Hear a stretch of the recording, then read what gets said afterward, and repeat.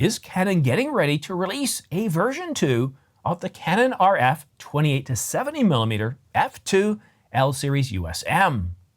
And can we expect this lens to be announced in time for CP Plus 2024 just next week? Well, Canon Rumors posted a CR2 about this lens this morning, saying that we've been told that a sequel for the RF 28-70 f2L USM is already in the works, without a mention of when we might see it.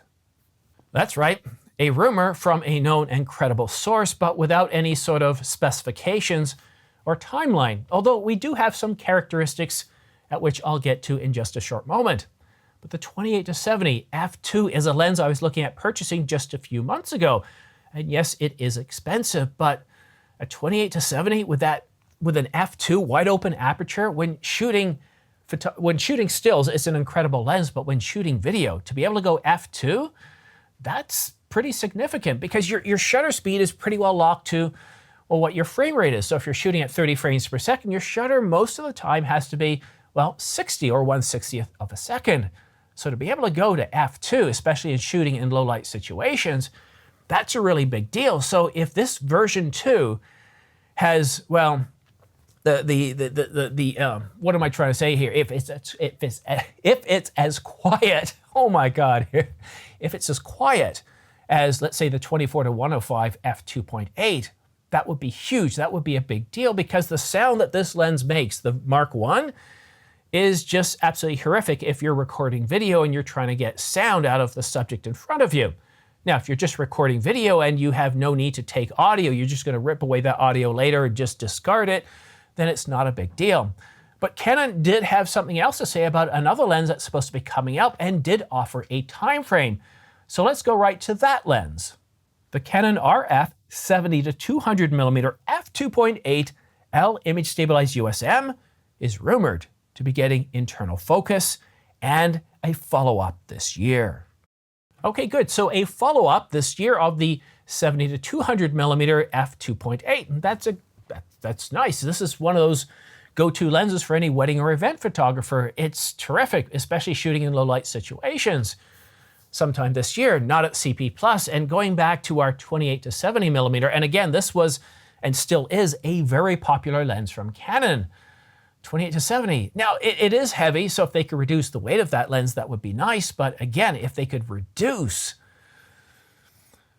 the noise that this thing makes, and it's one of those strange noises. It's kind of like if you've ever heard a rabbit make a sound or a squeal, it's not the sound you would expect from a cute, cuddly rabbit. It's quite bizarre. It's quite, well, bone shaking. It's one of those sounds where you kind of look at the rabbit and go like, oh my God, are you okay? But we do have some characteristics of the 28-70, so let's go to those now. The source claims that Canon will be able to squeeze further optical performance out of the lens design, as well as a significant weight reduction. The weight reduction would definitely be welcomed for a lot of people that love the current lens. Okay, so one of the two things is I was hoping for a weight reduction in the lens of the 28-70 Mark I. To get that in the Mark II would be a big deal. But I'd be really surprised by Canon if they decide to release this lens and reduce the weight, but not do anything about the noise that the lens makes, because for us video shooters, it's not designed for us at all. It's not designed in any way whatsoever, not with that earth-shaking, rabbit-like squeaking sound that has us kind of shaking our heads going like, that's not right. That creature shouldn't be making that sort of sound. And it's the same thing when looking at the 28-70. Yeah, it shouldn't make that sort of sound. And if you've never heard a rabbit screech, well, this is that sound right here. I told you, that's not a normal sound, is it? And that's kind of the way I look at the 28-70. Optically, it's a terrific lens. It's got great performance. But that noise for videographers, for cinematographers, and yes, I know this is why we want to go with those cine lenses, but cine lenses are not affordable for the ordinary filmmaker. They're very expensive. And even the 28-70, as affordable as it is when compared to cinema lenses, is still very expensive for the ordinary filmmaker. So, some good news about two lenses that we are getting refreshed sometime. It's coming from known and credible sources. So sometime, we don't even know if it's going to be this year. Could it be at CP+? Yeah, sure, why not, right? But at this point, Canon's doing a good job of not leaking anything. I mean, Canon's keeping things so tight that, well, tighter than rings around a bathtub. And that's pretty impressive for a company that was leaking like a sieve not too long ago, just a couple of years ago. I mean, the Canon EOS R5, we got the full leak specifications, credible leak specs of the Canon EOS R5 back in January the 27th, some 6 months before the announcement and when the camera went on sale. That's pretty impressive that we don't know much of anything about the Canon EOS R1, and it's supposed to be getting a development announcement right around CP+, 7 to 10 days before CP+, and we're now within that time frame, so I'm expecting something anytime now. It's like I'm twitching every time I hear my phone make a sound. I'm thinking, could this be it? Are we getting some sort of leak? Is it coming from Canon? And as far as an announcement that my source told me from Canon, he said, look, we don't know what this is going to be, whether it's going to be some sort of development announcement, whether it's going to be some sort of video teaser, or maybe a teaser webpage portal indicating, hey, something big is coming, and, you know, kind of just teasing us a little bit further without saying much. And then having the full-blown announcement sometime in March, because we know it is coming. Canon has said it's coming. And it's an Olympic year. Paris 2024 Olympics is coming July the 26th, 2024. So we know it's coming. And Canon releases a new 1 series camera like clockwork in time for the Summer Olympics, not the Winter Olympics.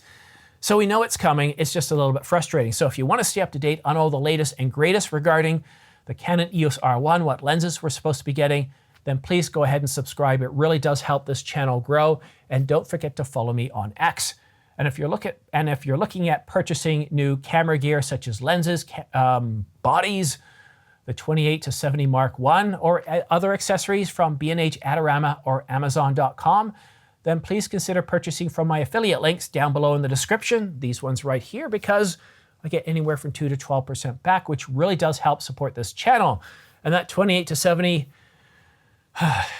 f2 Mark II, if it does come out, that's probably a lens I'll get for sure, because as much as I like the 28 or the 24 to 105 f2.8, having an extra stop at f2, even though I lose that 70 to 105, I gotta be honest with you, most of the times I'm not shooting between 70 and 105. It's right around 50 millimeters, 35 to 50 and 50 to 70, but very rarely going beyond 70 millimeters. So I'm really excited by the possibility of this lens. I would like to get some more credible information. And you know what, if to make me super happy, and probably you as well, if we could get an announcement of this lens around CP+, that would be a huge deal. And this is one of those lenses I could see Canon announcing alongside the R5 Mark II or the Canon EOS R1. But the Canon EOS R5 Mark II isn't supposed to be coming until sometime, some 4 to 6 months after the Canon EOS R1. So there is a little bit of a wait. So don't forget to subscribe, follow me on X, and use my affiliate links. Be much greatly appreciated. And that's it for now, but don't be surprised if other videos come out later on today, tomorrow, because we are expecting a bunch of information to come out, a bunch of releases from various camera companies as we get close to CP+. Now, normally when most of these announcements happen is on the Sunday leading up to CP+, and then from that Sunday, Monday, and Tuesday before the actual conference trade show, photo and video trade show takes place between the 22nd and the 25th. But that's it for now. Thank you so much for watching. We'll see you again soon.